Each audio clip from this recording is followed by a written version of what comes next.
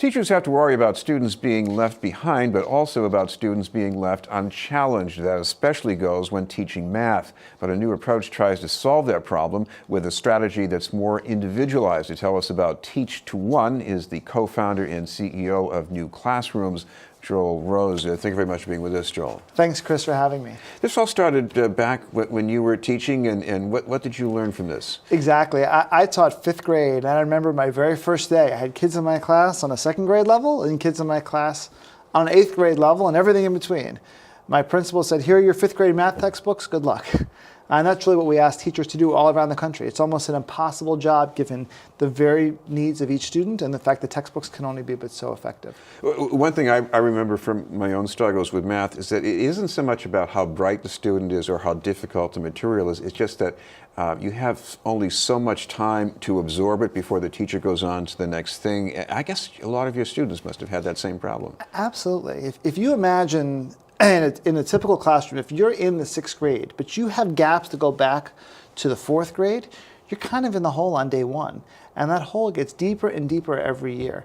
What's almost impossible for any teacher to do is go back and help each student to fill their particular gaps, and that's the problem that we help to solve. Well, it would be great if we had one teacher for every single student going at their own pace, but short of that, what does your approach do exactly? So the way it works is if it's time for math class, you go into what's typically a big open space with lots of different stations.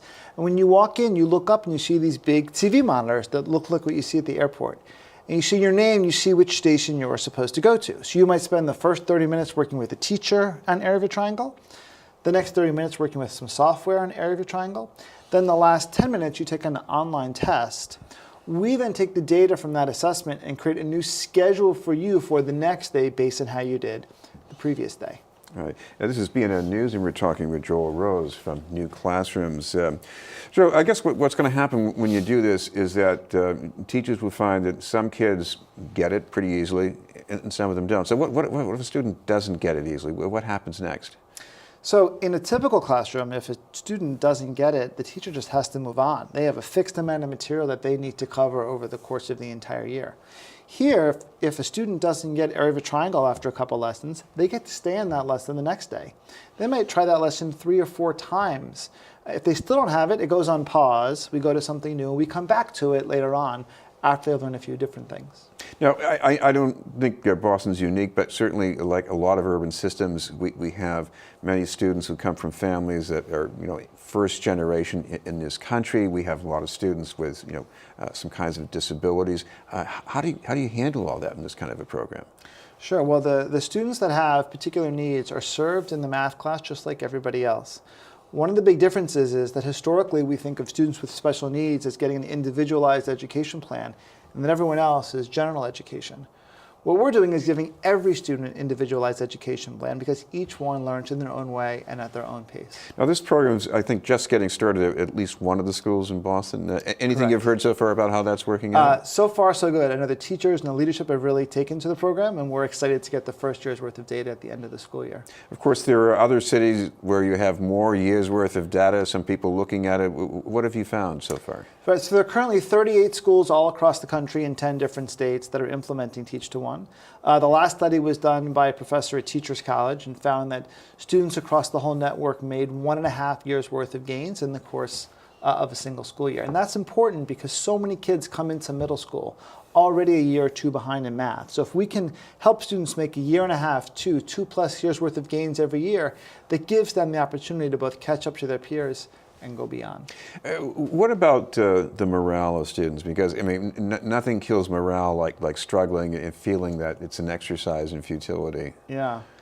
Yeah, and I think if you walk into most middle schools today, you'd see a lot of bored kids.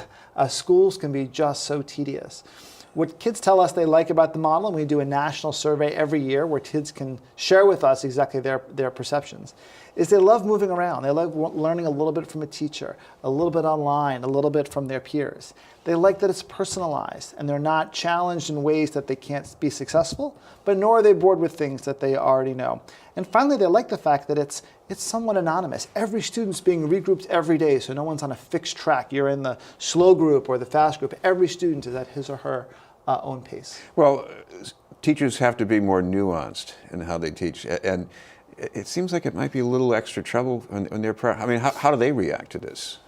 Well, the 80% of teachers actually, by the time they get to their second year, say they don't want to go back to the old way. This is a much better job. Number one, they're not taking home 120 papers to grade every night. Anyone who knows anything about teaching knows that's a big burden.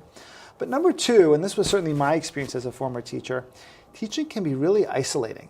What we're doing is we're actually creating a different role where the teachers are working with their colleagues in ways that are much more fulfilling and much more rewarding than the isolated nature of the traditional classroom function. Well, I remember in my brief exposure to teaching, I could walk home and not take much satisfaction in that some kid was very sharp.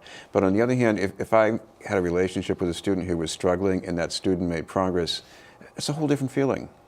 It really is, but I'll tell you, Chris, when I taught fifth grade, I went back 7 years later to see the students who I taught and how they did in terms of graduating high school.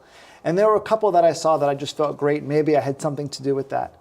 But when I looked at the full roster of the 30 kids I taught over the course of 1 year and 90 over the course of 3, I wasn't sure that I had the impact I had hoped to have.